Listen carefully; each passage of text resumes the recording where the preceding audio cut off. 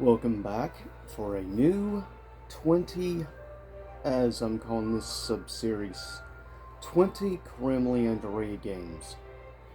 The next one of these will be a few weeks from now. Last time I did, at least in my perspective, 20 criminally underrated games of the 7th console generation. This time actually I decided to go back a little ways, look at, in my opinion, 20 criminally underrated games of the 5th console generation.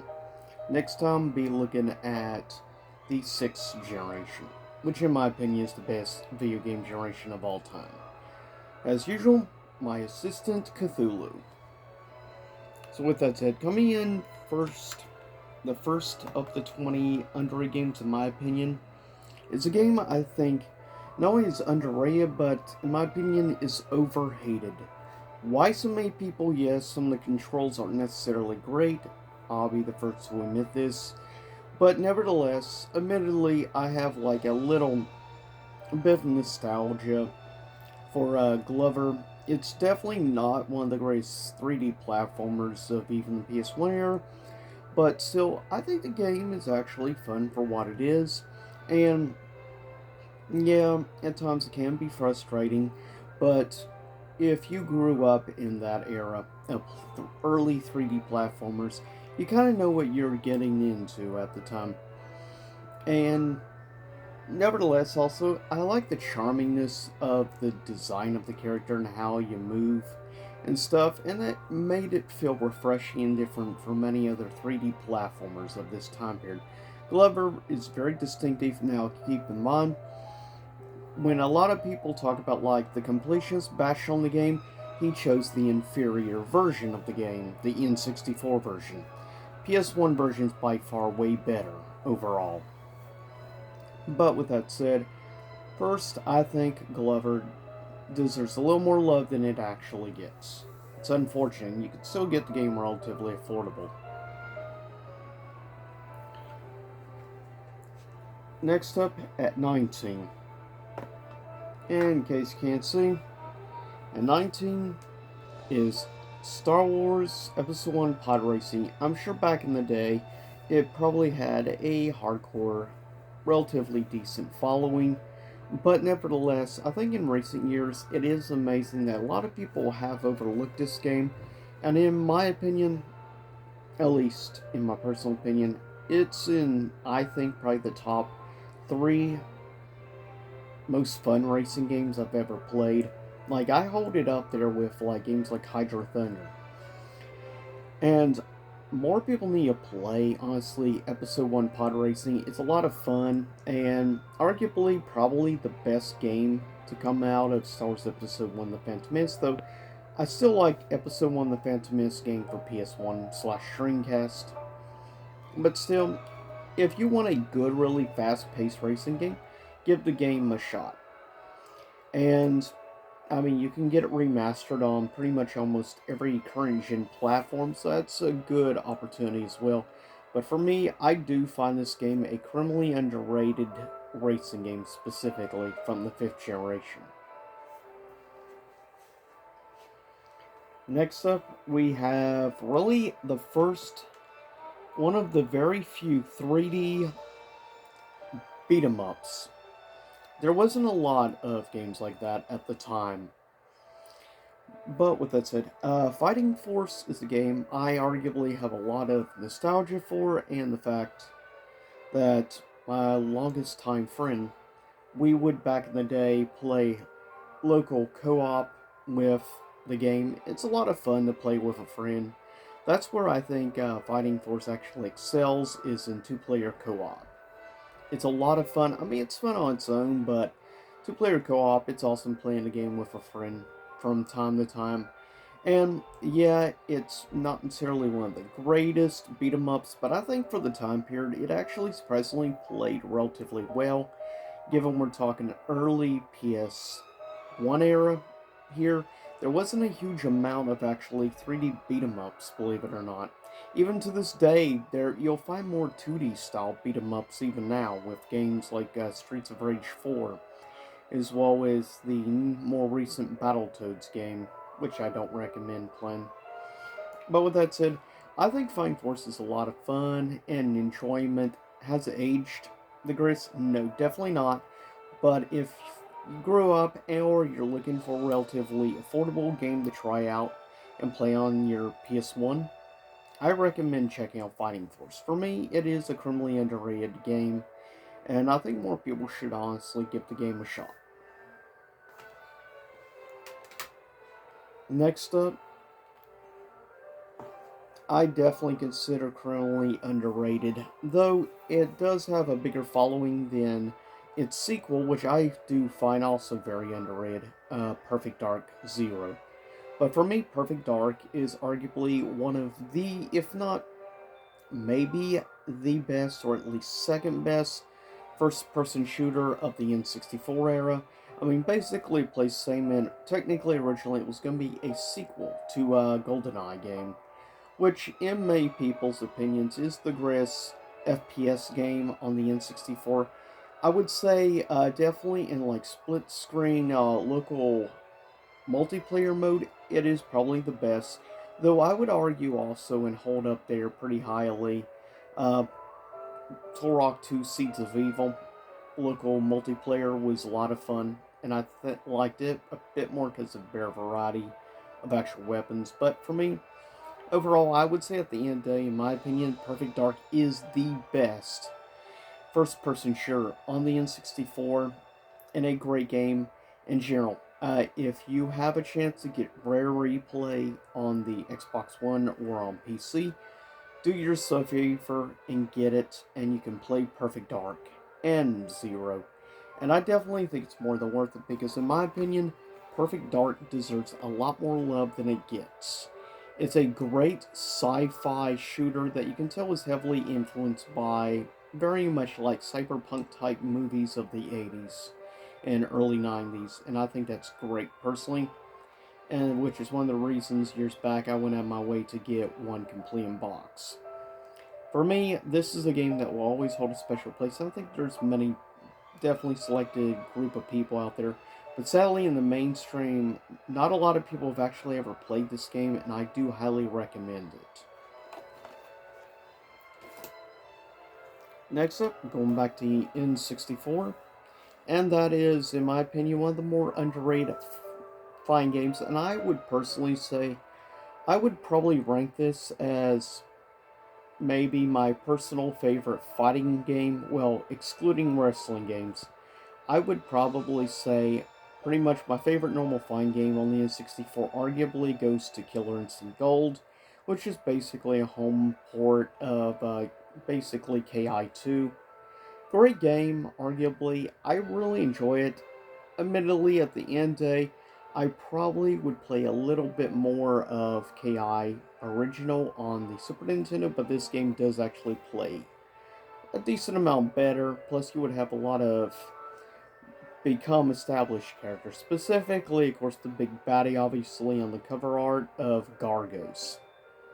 This would be his debut in the franchise, as well as many others like Tusk, Maya, and a few other characters.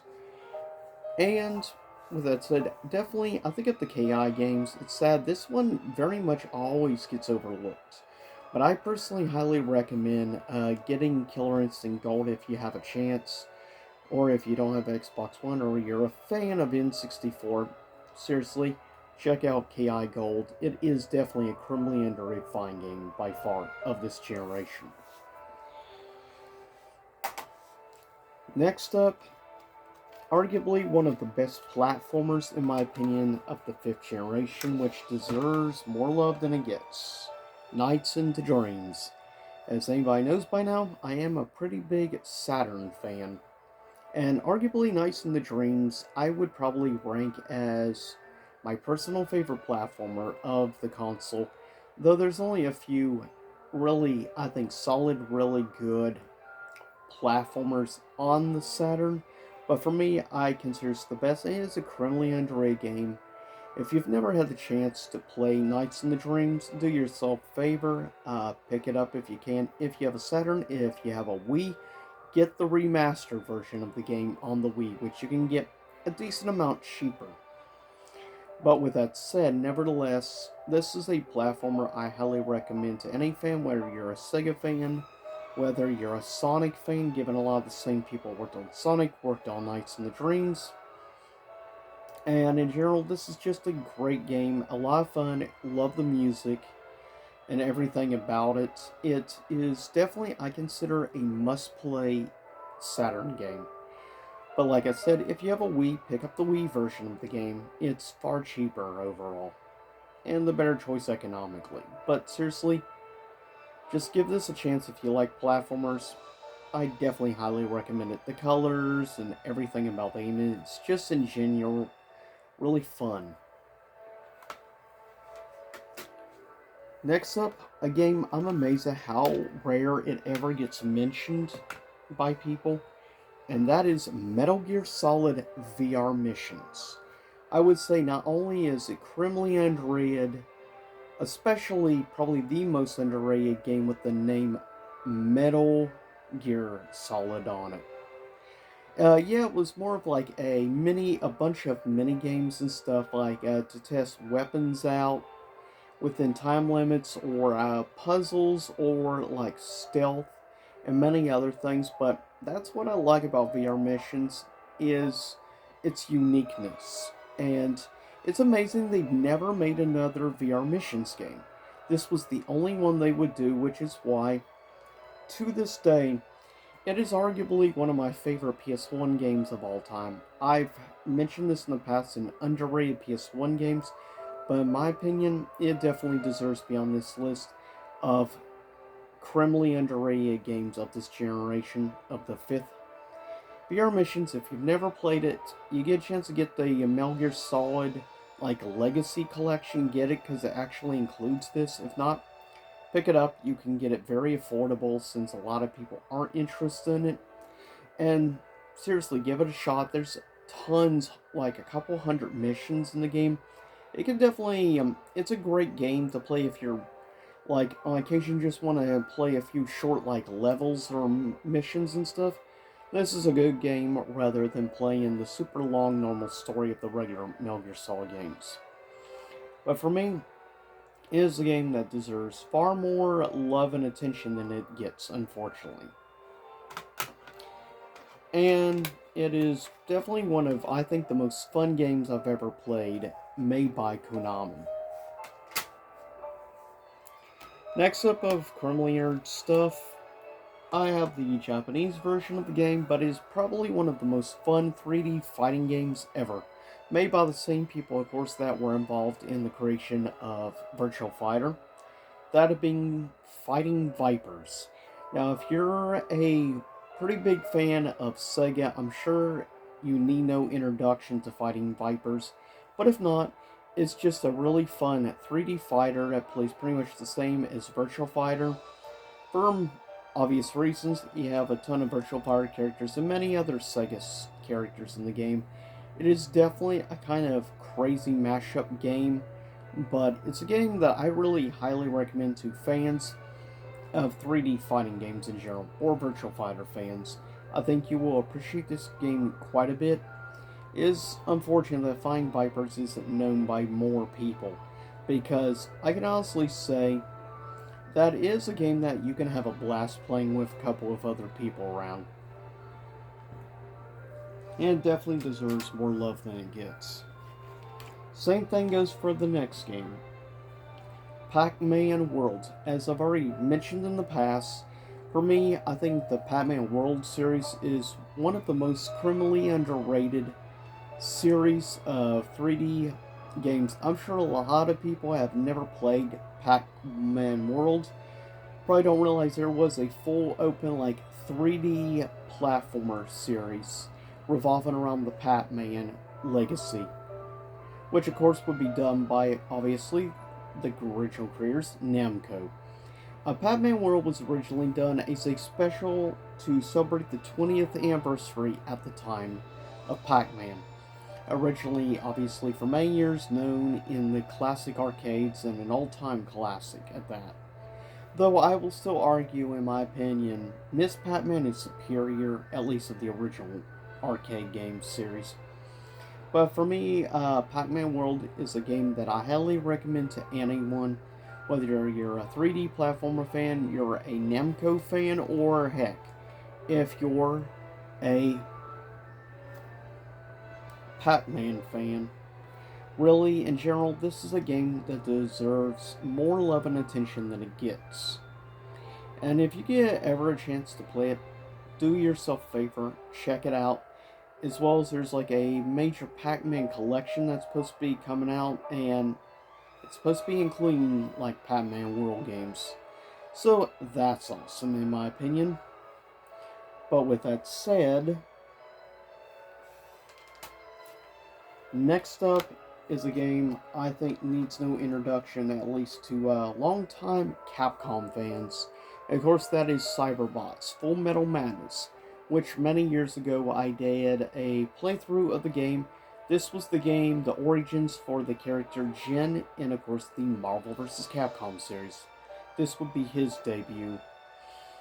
But it's a really fun mech 2D style fighting game which uses much the same mechanics and gameplay as like the Street Fighter Alpha games. So if you're a fan of those type of classic 2D era Capcom fighting games of the 90s, this is a game I highly recommend. Plus it's cool getting to unlock a giant like Gundam version of Akuma, which is pretty awesome. It's a great game. It looks, in the near future, I will be doing a full, like, HD quality playthrough of this game, actually. Thanks to a collection that I actually already have, and also another fine collection coming out next month. But with that said, Cyberbots is a game that deserves more love and attention than it gets. It is, I think, one of the best looking 2D fighting games from Capcom of the 90s. And it's definitely over the top cheese, but I love it for that very reason. Next, I think needs no real introduction, at least to long-time Star Wars fans. Next criminally underrated game, in my opinion, is Star Wars Shadows of the Empire, exclusively in 64 only. If you've never had the chance to play this game, I recommend checking out. Heck, I recommend checking out the Star Wars Shadows of the Empire comic series as well. Shadows of the Empire was a very interesting, now known as Legends, storyline, which would take place between episode 5 and episode 6. But yeah, if you've never checked it, I definitely recommend. The game hasn't necessarily aged the greatest, but if you grew up in the 90s, in this time period with the 5th generation, I think you'll be more used to the gameplay elements and style. Definitely Shadows of the Empire was a unique Star Wars game at the time. Now, after the 6th generation, that would change because of many great third-person action games and stuff with the Star Wars license on like Xbox and stuff. But at this time period, this was very unique and one-of-a-kind Star Wars experience back in the 90s, which I recommend more people giving the game a shot. Next, arguably, probably one of, I think, the best and underrated sci-fi games you could play in the 5th generation, and that is, of course, Colony Wars, which would be involved devs and group which would become known as From Software would be involved in the creation of this series, which would extend for 3 games, all exclusively to the original PS1, and has never gone a remaster or re-release, which sucks, because this game is superb. It's a really great, and honestly, it looks good for the time when it came out. Graphically, it looks amazing for PS1, in my personal opinion. It's definitely a game that deserves more love than it gets. The action is solid, the graphics, the gameplay is good. I really like the sound effects and the music. I think everything about it is perfect for anybody who grew up with like Star Trek or Star Wars. But say especially if you grew up as fans of like, say, stuff like Robotech, as well as fans of things like Star Trek Next Generation or Deep Space Nine, I think you will genuinely appreciate Plus, a lot of the people that worked on Colony Wars also worked on another series called Armored Core. Still, it's a game that deserves much more passion and love than it gets. Next up, we're going, actually, believe it or not, to the 3DO. For a specific game which I consider the grandfather of 3D survival horror games. Really, if it wasn't for this game, Resident Evil may not exist. We may not have Resident Evil, we may not have Silent Hill, and many beloved franchises in horror if it wasn't for Alone in the Dark. Does it play great today by standards? Definitely not. But given the time period when it came out, it's definitely a fun, unique experience horror game. Going back and getting to see the origins and many elements we would see even still in survival horror games to this very day. Alone in the Dark was the blueprint for all basically 3D survival horror games that would to come. And even with the mansion away from everything, which would very much be, of course, everything to Resident Evil 1, it all came here first. And this was the biggest inspiration for Biohazard Resident Evil. Seriously though, if you've never played and you get a shot, check out the original Alone in the Dark, not the sort of sequels in the future. They're not nearly as good, in my opinion. Next, arguably a hardcore beloved game by a lot of Capcom fans, or people specifically in this time period, nice, but from the larger gaming audience. Sadly, Vampire Savior is not the best well-known game. It's unfortunate because I will state this. It is the best looking, I think, graphically and sprite work and basically art-wise. It's the best looking 2D fighting game of the 90s. Pure and simple, in my opinion. I think it looks better than Marvel vs. Capcom 1 or any of the other crossover games of the 90s. Nothing even comes close to Vampire Savior in looks. Nothing, and no one can convince me otherwise. And arguably the best way to play the game would be on the Saturn as Vampire Savior rather than Darkstalkers 3, because it has a lot more limitations on the PS1 port. Though is arguably the better well-known version of the game, except by hardcore 2D fighting game fans or people who went to the arcades a lot in the 90s. Anybody who has played this game knows what I'm talking about, that this is a masterpiece, and it definitely deserves to be loved by more people. So if you get a chance to pick up Capcom Fighting Collection next month, do it, just so you can play this game and see why so many people like myself covet or admire this game so much, and why we love the gameplay as well as the art direction and the character designs, and the fact it has Lord Jeddah.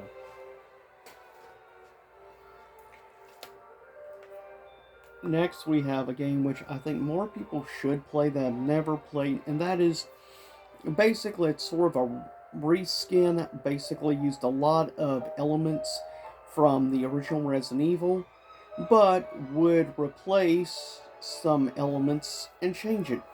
We would go from basically trapped on like a mansion in the middle of nowhere with zombies.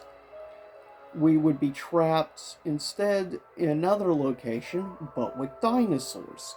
And in the place of zombies, you would get velociraptors, also T-Rex and stuff, which I think is a lot of fun. Now, unfortunately, Dino Crisis 2 would change drastically from the first Dino Crisis. It would go very much more in an action-oriented direction, which is interesting. Dino Crisis 2 is definitely probably not as well remembered as Dino Crisis 1, and that's because the first game actually legitimately is a horror game. And this is a game more people need to play. I consider Dino Crisis a must-play survival horror game of the 5th console generation. If you've never had the chance, give the game a shot. It is a superb game. You can also play it on the Dreamcast as well. Not sure if there's any PC ports or not. But definitely if you ever get a chance, get it. Also, if you can get like this even includes a demo disc of, at the time, a new upcoming game, Resident Evil 3 Nemesis. Next up, going back to the Saturn with, I think, the most underrated of the early era Marvel crossover games. That is, I think, the more overlooked Marvel superheroes versus Street Fighter. Most people always talk about X-Men versus Street Fighter. I'm like, Marvel superheroes versus Street Fighter has the greatest version of Akuma that has ever existed. Cyber Akuma is the main boss. And instead, the sub-boss would be Apocalypse, which I think Apocalypse actually makes a better sub-boss personally than main boss, but whatever. Also, I just in general like this game more because of having more different Marvel characters, not just X-Men, but the fact it would add in also characters like Spider-Man and many others. Also, of course, a awesome villain I absolutely love in this game called Blackheart, which is superb. And though arguably one of my favorite teams of all time I get to have in this game, and of course one of my favorite teams of all time is Blackheart with Akuma. I think superb, great duo. But with that said, it's sad that this game doesn't get more love than it gets. The soundtrack is great. Overall, I feel this is the superior version of X-Men vs. Street Fighter. So, if you ever, like I said, ever get a chance, please do yourself a favor and check out Marvel Superheroes vs. Street Fighter. It's a game that deserves much more love than it gets. Next up, needs no introduction, at least by now, a game I have said, in my opinion, is maybe the most, in my opinion, arguably probably in the top 5 most criminally underrated fighting games of all time, in my opinion, Straga. If you're all interested in in-depth or anything on this game, you can check out back in the past I did a full review of Straga.